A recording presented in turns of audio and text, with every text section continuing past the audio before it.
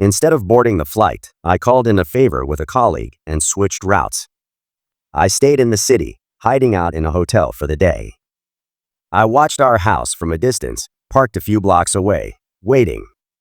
It didn't take long. Around noon, Emma left the house, dressed nicer than usual for a casual Saturday. She got into her car and drove off. I followed at a safe distance, heart pounding in my chest, wondering if I'd catch her in the act. She drove to a small cafe on the edge of town, a place I'd never been to with her before. I parked and waited, watching from a distance. A few minutes later, Adam showed up. They greeted each other with a hug that lingered too long, their smiles too intimate for just friends. They sat down inside, chatting and laughing, looking like a couple on a date. I stayed outside, taking pictures with my phone, every shot feeling like a knife to my chest. I wanted to storm in there, confront them both, but I held back. I needed more. I needed to be sure. After about an hour, they left the cafe together and walked down the street, hand in hand. They made their way to a small, unremarkable hotel just a few blocks away. My heart sank as I watched them enter the building. There was no mistaking it now. Emma was cheating on me. I followed them to the hotel, staying far enough behind so I wouldn't be noticed. They didn't go to the reception desk, which told me this wasn't the first time they'd been here. They went straight to a room on the second floor. I stood outside, my mind racing, trying to process what I had just witnessed. Let me tell whole background context. I'm a pilot, a career I dreamed about since I was a kid. There's something about being in the air, the freedom, the control, the peace. I've always been methodical, focused on details. It's a requirement in my profession. You miss one thing, and disaster can strike. I never thought I'd need those skills in my personal life. Emma, my wife, is a teacher.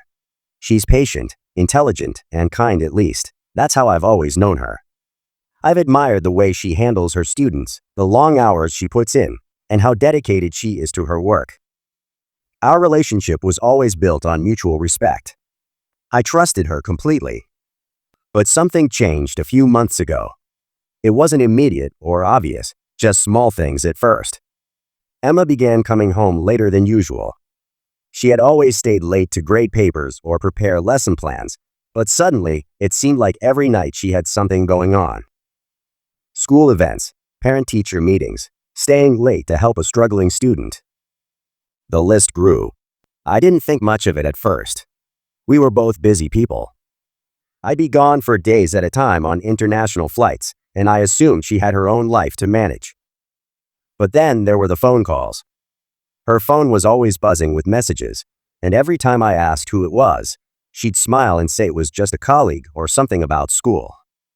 I didn't question it. Why would I? She was my wife. We loved each other. Then there was that day I came home early from a flight. I was supposed to land late in the evening, but bad weather diverted us to a closer airport, and I arrived home in the middle of the afternoon. I expected Emma to be at school, but when I walked into our house, there was something unsettling about how quiet it was. Her things were there, her keys, her bag, but she wasn't. I called her, but she didn't pick up.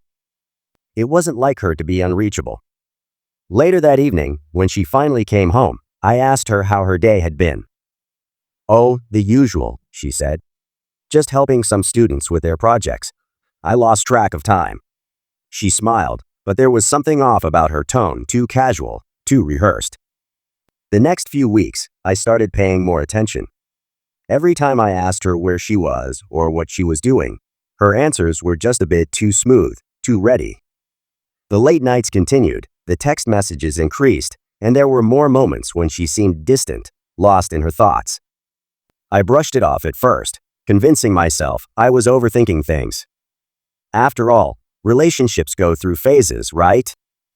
But there was this nagging feeling in my chest, a gnawing suspicion that wouldn't go away. I didn't want to believe that Emma could be hiding something from me, but the evidence was building up, piece by piece. It wasn't until one afternoon when I was sitting at home, waiting for her to return, that I decided to do something about it. I don't know why, but I reached for her laptop. It was just sitting there on the dining room table, screen lit up. One new message popped up from someone named Adam. I didn't recognize the name. I clicked on it. At first glance, the messages seemed innocent enough to talk about school, students, general chit-chat. But then there were a few lines that made my blood run cold. Can't stop thinking about you.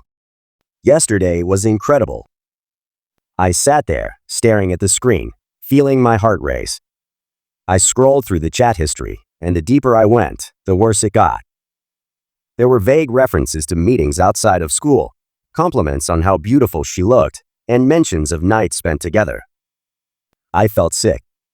This wasn't some misunderstanding. Emma was cheating on me. But I didn't want to jump to conclusions. I needed proof, real proof. Something undeniable. I spent the next few days planning carefully. I couldn't just confront her with a few text messages. I needed something concrete. I began to track her behavior more closely, noting when she left the house, who she was talking to, and where she said she'd be. It wasn't easy. I had flights to manage, and I didn't want to arouse suspicion. But I had to know the truth. The opportunity came sooner than I expected. I had a long-haul flight scheduled for a weekend, one that would take me out of town for 2 days.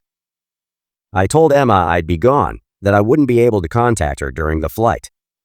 She seemed relieved when I told her, too relieved. My suspicions grew. Instead of boarding the flight, I called in a favor with a colleague and switched routes. I stayed in the city, hiding out in a hotel for the day. I watched our house from a distance, parked a few blocks away, waiting. It didn't take long. Around noon, Emma left the house, dressed nicer than usual for a casual Saturday. She got into her car and drove off. I followed at a safe distance, heart pounding in my chest, wondering if I'd catch her in the act. She drove to a small cafe on the edge of town, a place I'd never been to with her before. I parked and waited, watching from a distance. A few minutes later, Adam showed up. They greeted each other with a hug that lingered too long, their smiles too intimate for just friends. They sat down inside, chatting and laughing, looking like a couple on a date. I stayed outside, taking pictures with my phone, every shot feeling like a knife to my chest. I wanted to storm in there, confront them both, but I held back. I needed more. I needed to be sure. After about an hour, they left the cafe together and walked down the street, hand in hand. They made their way to a small, unremarkable hotel just a few blocks away. My heart sank as I watched them enter the building. There was no mistaking it now. Emma was cheating on me. I followed them to the hotel, staying far enough behind so I wouldn't be noticed. They didn't go to the reception desk, which told me this wasn't the first time they'd been here. They went straight to a room on the second floor. I stood outside, my mind racing, trying to process what I had just witnessed. I don't know how long I stood there, but eventually I snapped out of it. I took out my phone and recorded a video of the hotel, the room number, and the time. I had all the evidence I needed. The truth can break you. Watching Emma walk into that hotel with Adam shattered every piece of my life that I thought was solid. I stood outside, staring at the entrance, my heart racing, a sick feeling swirling in my stomach. They were up there, together. Everything we had built over the years, the love, the trust, the memories, it all felt like a lie. I sat in my car for what felt like hours, but in reality, it was only about 40 minutes. I couldn't go in. Not now. I had gathered enough evidence, more than I ever wanted. As a pilot, I'm trained to stay calm under pressure, to think rationally when everything else is falling apart. But this was different. This was my life crumbling before my eyes. When they finally came out of the hotel, I watched them from a distance. They looked so at ease, as if they hadn't just destroyed my world. I took more pictures, but it didn't matter anymore. I had all the proof I needed. Emma kissed him lightly on the cheek before they parted ways. That simple, casual gesture hurt more than anything. I drove home, mind racing, trying to figure out what to do next. Part of me wanted to confront her the moment she walked through the door, But I knew I couldn't just blow up in anger. I needed to be strategic. This wasn't a situation I could simply yell my way out of. I had a flight the next day, which gave me time to think, to plan. I wasn't the type to act impulsively, and I wasn't about to start now. When Emma came home later that evening, she acted as if nothing had happened. She smiled at me, kissed me on the cheek, and asked how my day had been. I forced myself to act normal, pretending everything was fine. But inside, I was seething. How could she look me in the eye after what she had done? Over the next few days, I planned my next move. I didn't want a confrontation fueled by anger. I wanted clarity. I needed to know why. I needed her to admit what she had done, to understand the depth of her betrayal. I couldn't move forward without answers.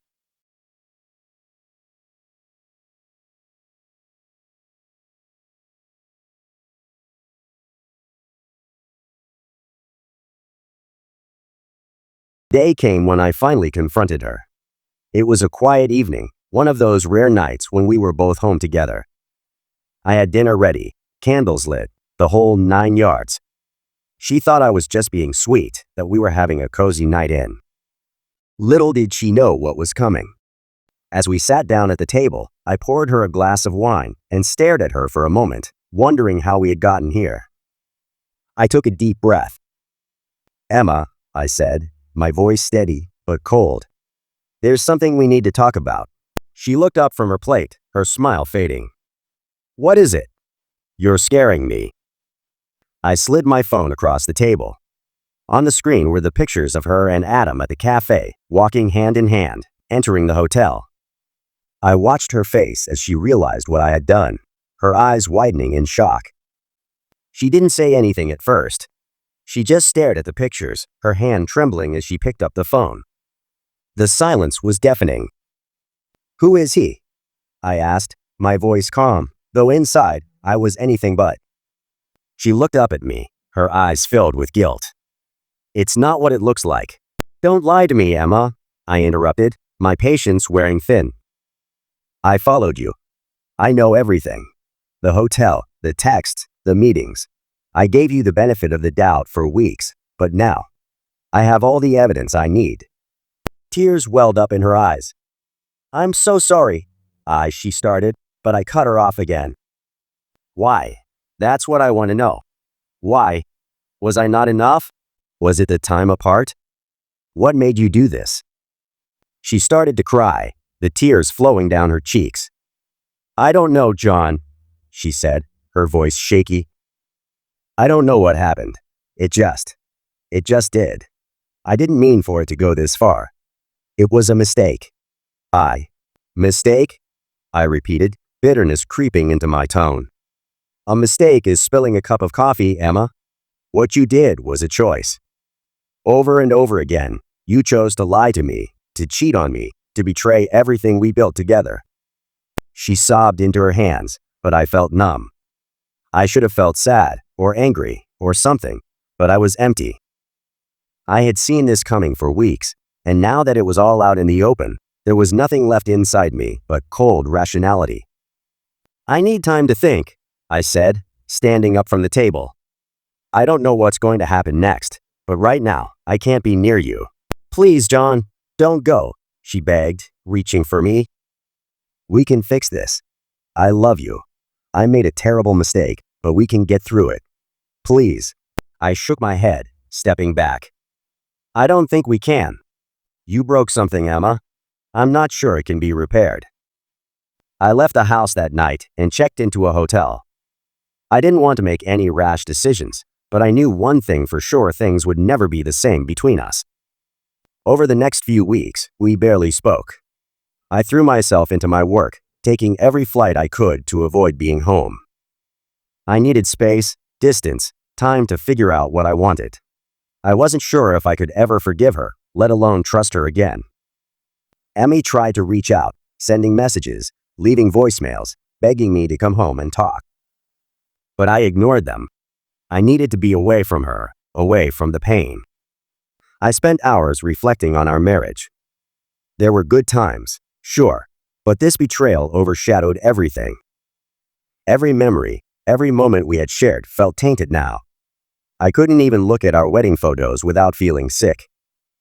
After a month of separation, I made my decision. I filed for divorce. When I told Emma, she was devastated. We met at a park near our house, a place we used to go together before everything fell apart. She cried as I handed her the papers, begging me to reconsider. "John, please," she sobbed. "Don't do this. I know I made a horrible mistake, but I love you. I can't lose you. We can work through this. We can go to counseling. We can rebuild. Please, just give me a chance." I looked at her, feeling a pang of sadness for what we had once been. "Emma, I've thought about this a lot. I don't hate you. I don't even think I'm angry anymore. But I can't live like this. I can't be in a marriage where trust doesn't exist. You broke something in me, and I don't know if it can be fixed." She cried harder, her shoulders shaking. "I'm sorry. I'm so sorry." "I know you are," I said, my voice soft. "But sometimes, sorry isn't enough."